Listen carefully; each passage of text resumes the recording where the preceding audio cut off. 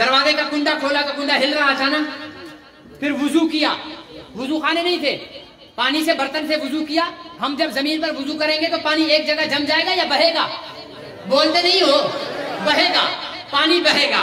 حضور علیہ السلام اٹھے تو بسترا گرم چھوڑ کر اٹھے تھے, کنڈا ہلتا چھوڑ کے اٹھے تھے. وضو کیا تو پانی بہتا چھوڑ کر اٹھے تھے. حضور علیہ السلام نے فرمایا یہ 7000 سال کا بلکہ اس سے بھی زیادہ کا سفر کر کے کتنی دیر میں آیا؟ فرمایا کہ جب میں واپس آیا تو پانی بہ رہا تھا, کنڈا ہل رہا تھا, بسترا گرم تھا. اتنی چٹکی میں اتنا سفر.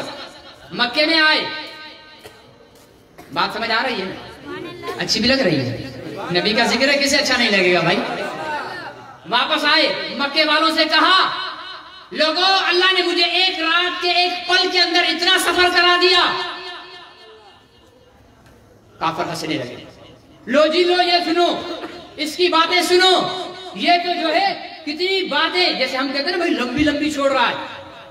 تو انہوں نے حضور علیہ السلام پر الزام لگا کہ جھوٹ بول رہے ہیں.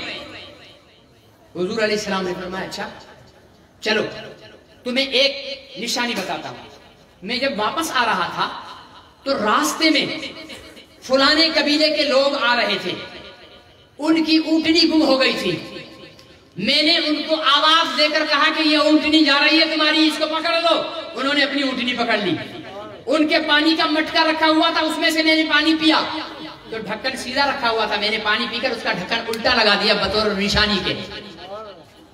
اب وہ فلانے دن, مثال کے طور پر آج کون سا دن ہے؟ منگل ہے. جمعرات کے دن سورج غروب ہونے سے پہلے اگر مکے میں آ گئے اور انہوں نے کارگزاری یہ بتا دی, قافلہ پہنچ گیا, تو تم مجھے مان لو گے نا کہ میں سچا ہوں. انہوں نے کہا ٹھیک ہے جی, چلو ٹھیک ہے, آ جائے قافلہ. اب وہ دن آیا, میرے رب کی شان دیکھو, سبحان اللہ. وہ دن آیا.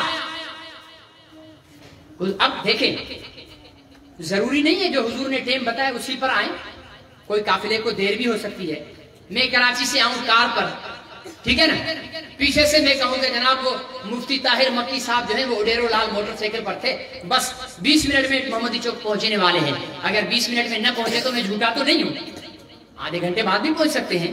شاید کسی نے چائے کے لیے روک لیا ہو, لیکن کافروں نے حضور علیہ السلام کی اس بات کو بٹھان دے دی کہ اگر نہیں پہنچا قافلہ تو پھر آپ جھوٹے.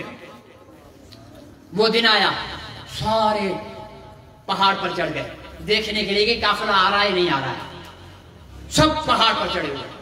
مسلمان بھی دعا کر رہے ہیں, یا اللہ قافلہ پہنچا دے, یا اللہ قافلہ پہنچا دے. ہمارے نبی کی عزت کا سوال ہے, ہمارے نبی کی سچائی کا سوال ہے, یا اللہ قافلہ پہنچا دے. صحابہ دل دل میں دعائیں کر رہے ہیں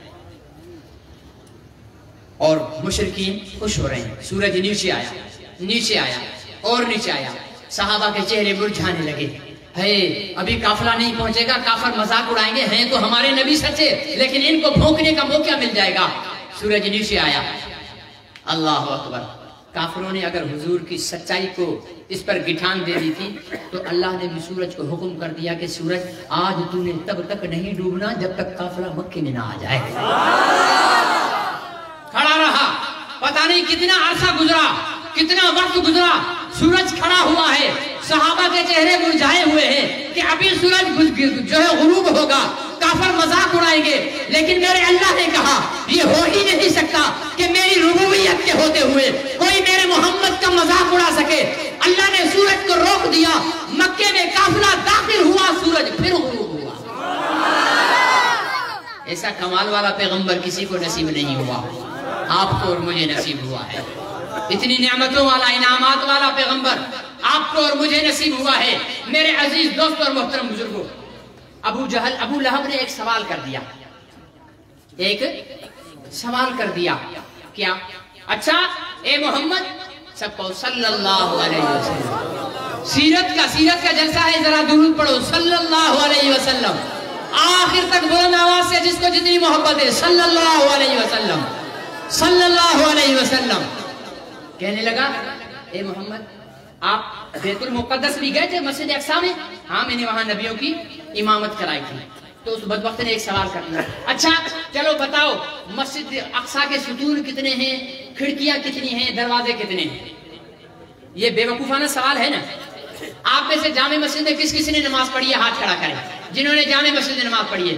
اب آپ مجھے کھڑے ہو کر بتا دو کہ جامع مسجد کے پنکھے کتنے بتاؤ گے؟ ستون کتنے بتاؤ گے؟ مصلی کتنے بتاؤ؟ نہیں بتا، کیونکہ آپ میں جامع مسجد میں پیدا ہی وہیں ہوا ہوں، پڑھا ہی وہاں ہوں، جوانی وہاں ہوا ہوں، 20 سال تک میں نے وہاں نمازیں پڑھائی ہیں، لیکن مجھے بھی پتا نہیں پنکھے کتنے۔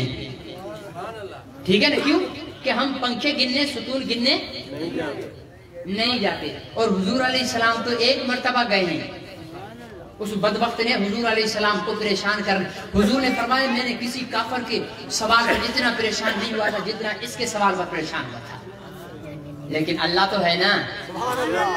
حضور علیہ السلام فرماتے میں نے پریشانی میں یوں گردن جھکائی، اللہ تعالیٰ نے سارے پردے ہٹا کر بیت المقدس کو میرے سامنے کر دیا۔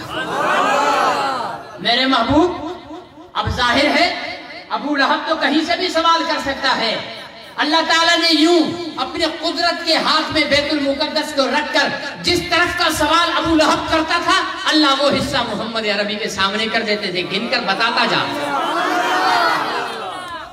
میرے عزیز دوستوں اور محترم بزرگوں، حضور علیہ السلام ہم ہیں بے قدرے، ہمیں قدر نہیں ہے کیونکہ ہمیں بن مانگے ملے ہیں نا۔ قدر پوچھو آدم سے، دعائیں کرتے گئے جھانکتے تھے، کیوں؟ جب آدم علیہ السلام توبہ کر رہے تھے سال بیت گئے، اللہ توبہ قبول نہیں کر رہے، آخر اللہ سے کہا یا اللہ تجھے تیرے محمد کا واسطہ میری توبہ قبول کر لے۔ اللہ نے فرمایا آدم توبہ تو قبول کر لی، ذرا بتا تو صحیح کہ تجھے کیسے پتا چلا کہ محمد مجھے اتنا پیارا ہے کہ تُونے واسطہ دے دیا؟ یا اللہ جب تُونے میرا جسم بنایا تھا، جب میری روح میرے جسم میں ڈالی تو میں جیسے اٹھا تو میرے سامنے عرش تھا، عرش کی پیشانی پر لکھا ہوا تھا لا الہ الا اللہ محمد الرسول اللہ۔ میں سمجھ گیا کہ اپنے نام کے ساتھ جس نام کو تُونے لگایا ہے وہ تیرا پیارا ہے۔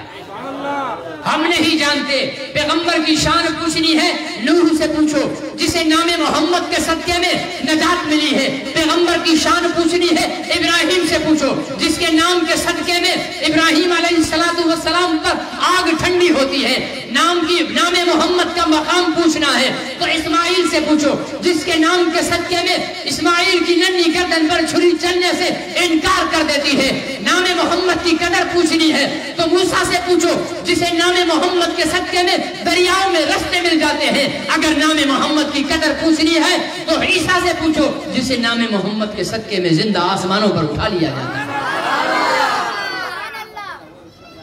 ایک خرکار تھا، میں اکثر مثال دیتا ہوں، ایک خرکار تھا، خرکار تو جانتے ہو نا، یہ جو گدھوں پر مٹی لادتے ہیں، خرکار تھا، اس نے مٹی اٹھانے کے لیے بیلچہ لگایا تو اس کے بیلچے میں مٹی کے ساتھ ایک ہیرا نکل آیا۔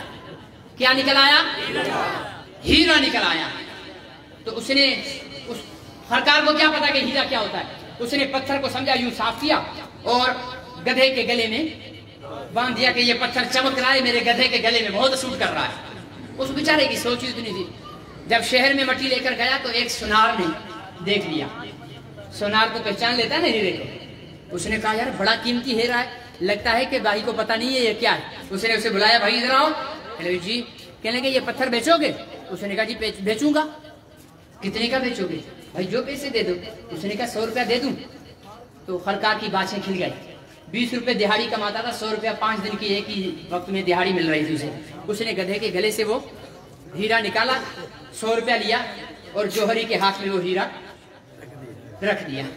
اب جیسے ہیرا رکھ دیا تو ہیرا ٹکڑے ٹکڑے ہو کر گر گیا، ہاتھوں سے گر گیا۔ تو جوہری کو غصہ آیا، اس نے فارسی میں اشعار ان ٹکڑوں سے مخاطب ہو کر کہا واہ واہ، تم گدھے کے گلے میں خوش تھے، وہاں تم صحیح تھے، میرے ہاتھ میں آ کر ٹوٹ گئے۔ تو ان ٹکڑوں نے جواب دیا، کیا جواب دیا؟ کہنے لگے گدھے کے گلے میں ہم خوش نہیں، میں خوش نہیں تھا، چپ تھا، کیونکہ گدھے والے کو اور گدھے کو میری قدر، مجھے تو تیرے اس قیمت لگانے کے صدمے نے توڑ دیا ظالم، تجھے تو میری قیمت کا پتا تھا پھر بھی 100 روپیہ لگایا۔ میرے عزیز دوستو، آج ہمارے اعمال سے اس ہیرے کی طرح نبی پاک کا دل بھی دکھ رہا ہے۔ آج ہمارے اعمال کی وجہ سے، آج ہمارے